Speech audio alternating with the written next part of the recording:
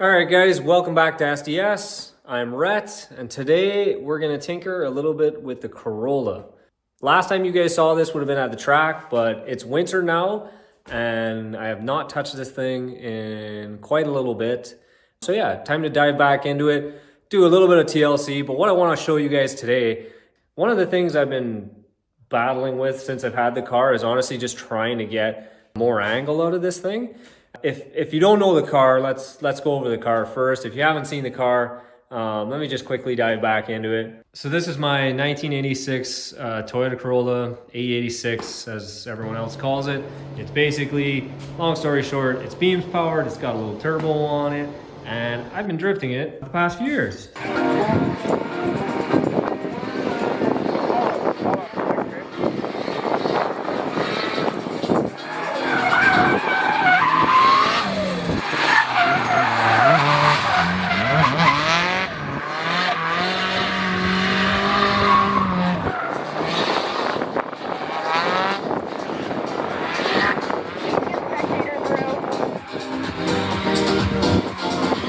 What we're gonna do today is install some of these.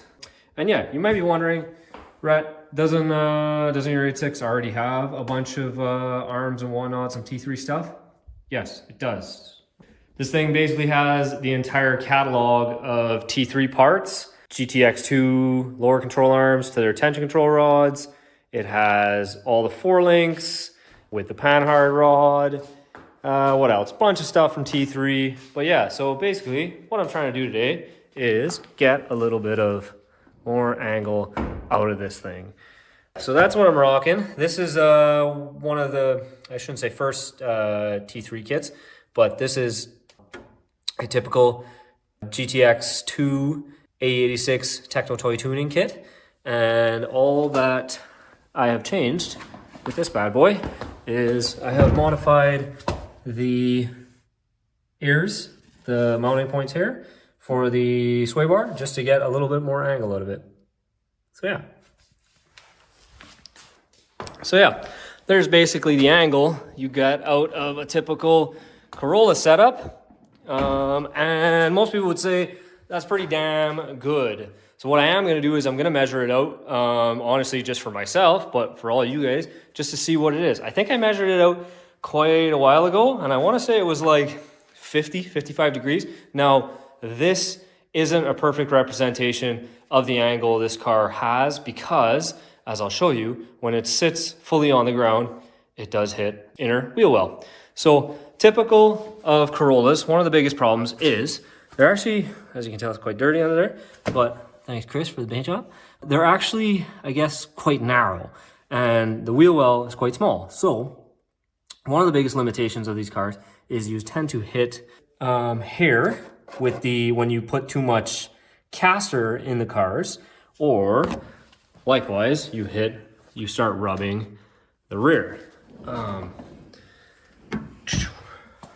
But as you can see, mine's not rubbing because I freshly painted it, but it used to have a giant rub hole in here. So yeah, so that's kind of the limitations of this setup, along with it hitting the knuckle. So let me just show you quick, one of the limitations on this side of the angle is actually where this knuckle hits. Let's see if I can get the light right, but the knuckle here actually hits the sway bar mount. Now I've trimmed it, as you can see already, so I can get a little bit more degrees out of it, but that's just kind of one of the limitations of this setup. And honestly, 86 is usually. And so one of the ways to combat that is you move the wheel out, right? So that's easy, usually, spacers, stuff like that. I obviously don't want to run a spacer. I'd rather just run it like this setup for simplicity. The other problem right now is I am actually pretty much tapped out on the lower control arm, the GTX2 or GXT2. I am maxed out pretty much. I don't really have a lot more thread up in here. So this is as far out as the arm can go. And I think these are already, I mean, don't quote me, I can look it up. I think these are already like plus 25 or plus 35. So they're already decently further out than the stock one. I will say that there are kits for these cars. There is the Just Fab kit, which basically is a full different arm setup. It's similar to like an FDF style, where I guess it looks like an E46 arm, where it has that big U. But what they do to try and combat that situation, where you have, you know, close inner wheel wells, is they cut the tower and move the entire coil over. So you basically move the coil all the way out here, you cut this all up, and then your wheel is way out there. So that's how you deal with it. Mind you, that's arguably not what I wanted to do. I didn't want to have to cut the towers. I'd rather not go too crazy. And then obviously I'm still rocking stock metal fenders, right? So maybe one day I'll go to a fiberglass fender, but for now, don't feel like cutting it up and don't want to run a big angle kit, basically. I'd rather just see if I can get more out of it. So on this side, I have the wheel off. This is the passenger side. You can see it's scrubbed this inner chassis rail already. Now, the only reason it's showing on this side already is we just recently painted it, and I think I only went to, after me and Chris painted it, we've only been to a few different track events. One of them is Cambridge, just a little bit more heavy on the right lock. So it started to scrub here, and potentially I don't have as much caster in this side because I haven't aligned it in a little bit. But yeah, so you can see it starts to scrub here, and that's just one of the limitations of these cars, just being narrow. So yeah. All right, so I've got one of them out. So let's pull it all apart, and I'll show you what we're working with. All right, so this is what we have. This is the GTX2 T3 kit, and this is basically their lower control arms with a big old shank and the outer tie rod. But the difference between this kit and the kit I have on the car is this kit is longer. So I custom ordered these lengths, and I want to point out the reason why I did this. There is another Ae86 driver who still competes with his, and he rocks this setup now with different knuckles, with the Zegrace knuckles, but he rocks a custom widened setup. Now, if you're asking, Rhett, why don't you just widen what you have? The angle of the shank on this end has to change to compensate. If I were just to cut it, this angle would change. So I'd rather just go with what T3's already produced. Easy, they have it on the shelf, so it did not take long to get. Yeah, so these are 1 inch longer than what I currently have. And then the tie rods to suit, which are 6.5 inch. What I have are 5.5 inch. So basically, all in all, it's 1 inch wider. So in theory, should allow me not to scrub in that inner rail and make up a little bit of angle. How much angle? We don't know, but we're gonna find out. So stay tuned. Guys, don't mind the heater running in the background. It's cold. But yeah, I set up a little angle setup here. I use my phone actually to pull the angle, so I can take a little screenshot of it. I just used an app instead of drawing out the whole compass and whatnot. This gives me roughly, I basically put the wood exactly in line where the wheel sits, and then that's max line angle. As you can see, it's kind of sitting on the wheel. It might actually be a little bit too much, probably like that. But based on the angle I'm getting at from my phone, just drawing that out, it's about 50, anywhere to 50 to 55 degrees. But again, that's it full droop right now. I bet if I put the car down on the ground, it probably can't even make it to that. I would bet it's probably closer to 49, 50 degrees, not full like this. So that's where we're at.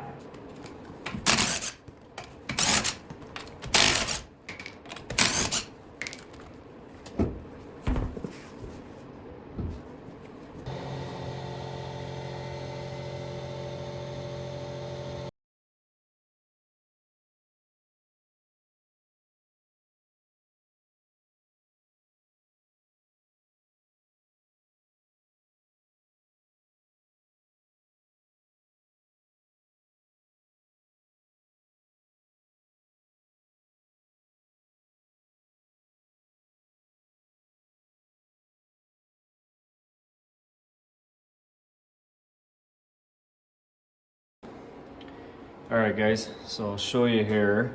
This is the control arm that I just pulled out. Obviously you can see it's a little dirty, and this is the brand new one. So this is the 1 inch bigger body, basically. I mean, T3 hasn't changed much. I think I probably bought these in like 2017, 2018, somewhere around there. So 4 or 5 years, hasn't really changed too much the design. Very similar. Some of the, looks like some of the jam nuts and stuff, some of the hardware they're using is a little different. What you can immediately tell is, see here that this is basically maxed out on my existing control arm. So you can see there's really, I think you could probably go a little bit more, but that was basically as comfortable as I was going with the jam nuts in its current setup, like fully extended. So I can measure it all now. And then as you can see, this is the new one with the bigger body, and you can see it's not even adjusted. This is completely bottomed out.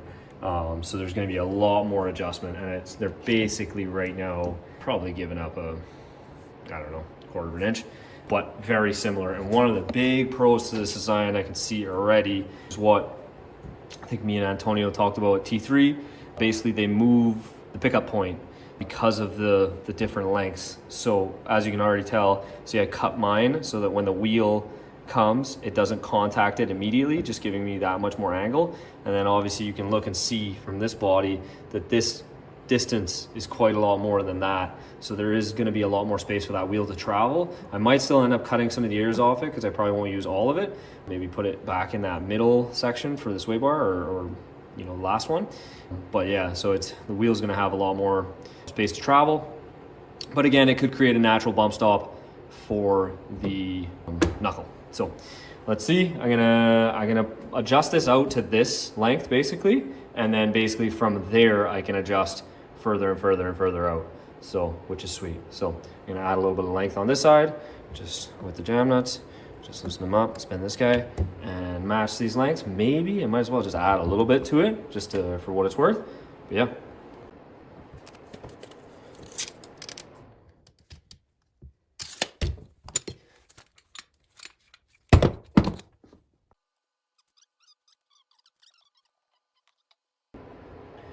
All right, both are measured up, locked in. I'm sure I'm gonna have to loosen them at some point just to get this rose joint like centered, but they're all locked in. This is at, what did I say, 13.5 inches wide, a full inch wider now on both sides. Again, there's still about 1/2 inch in each of these to play with. As you guys are gonna see, this is gonna push the bottom of the wheel out, and then obviously I'm gonna have to correct the tower. So, and that'll give me my full, like, just extending the track width of the car. So yeah, let's put these on, let's go for it.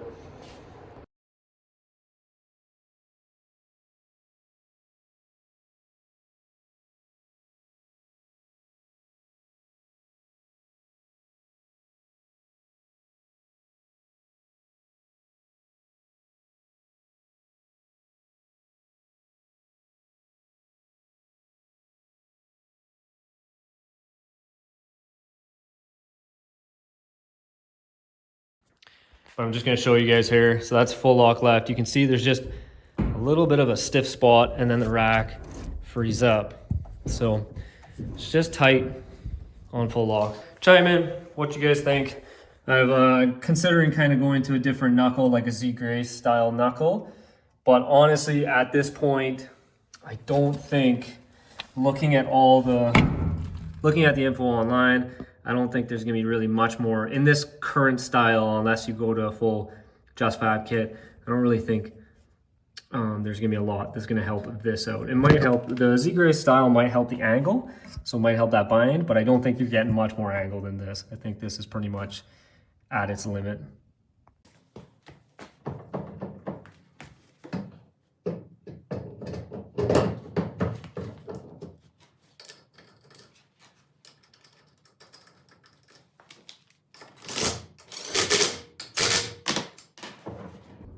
Don't yell at me. It's just two nuts for now. I'm just messing around to show you. Something I probably need to do is rock some extended studs for this, just in case I ever wanted to put spacers. But yeah, so you guys can see currently wheel on. You can definitely see that the track has moved it out quite a bit. So I'm thinking I'm probably gonna end up having to raise the rear for it, just so I don't absolutely nuke my front fenders, which I don't mind. I'll have to raise the back a little bit. But yeah, let's see here. Get you guys in a position so you can see the angle. And that's basically it at full lock on the lead tire. Now, yeah, so measured, it's about 62 to 63. It's pretty damn good. Back up a little bit, I think. It's not good old 70 degrees FDF kit, but it's not bad. Trailing wheel, probably a few degrees off, because these are not zero Ackerman knuckles, so who knows, but yeah, clearly, you can tell, clearly not as much as the lead. I'm gonna keep tinkering. Basically what I did do was I pulled the tower out a little bit just to kind of maintain the camber I originally had, my camber settings, which I like kind of about 3.5 to 4 degrees. So I just pulled it back out, which also helped bring the whole strut out. I mean, ideally, you could just put it to the max and that'll help get it away from the wheel well, or the chassis. As you guys can see, not a lot of space between here. So I think on the ground, this will rub and this will be the max. So that's why I'm thinking fully on the ground, not drooped. It'll probably be around 60 degrees, 59 degrees. So basically make up 8 to 10 degrees just by adding length to the lower control arm, pretty much. Yeah, what I'll do now is I'll drop it down on the ground and see what happens. Put her down and see if it rubs. I basically measured this again on the ground, completely static. And obviously, typical drift cars, it's hard to get that final little lock out of it. You kind of have to like roll the car back and forth. This is sort of pretty much max comfortably without really torquing the rack in a stationary position. And this measures out to be about 58 degrees. We probably picked up like 8 to 9 degrees of actual functional angle. And you can see here, there's still a little bit more in it. It's just quite tough to get it to that point. Yeah, you can see there's still some degrees in it, but obviously it's putting a lot of tension on the rack just sitting still. So I think mission accomplished. There are some things I'd like to try. Like I said, I'd like to try a different knuckle setup just to see if that eliminates some of the tightness at complete full lock. But again, I don't even think now at this stage, with this added amount of degrees, I don't even think it'll actually make it to the point where it over centers. I think now it'll just hit the inner frame rail basically, because it's so close to hitting right now. So I think actually in drift with the car sort of loaded up in the rear makes the front end light, so you can actually steer it nice and pivot nice. I think it'll still just rub the frame rail. So I can even try pushing it out even more, but then it's gonna get to that same spot of over centering. So I do think this is kind of the sort of the limit on the good old Ae86 setup.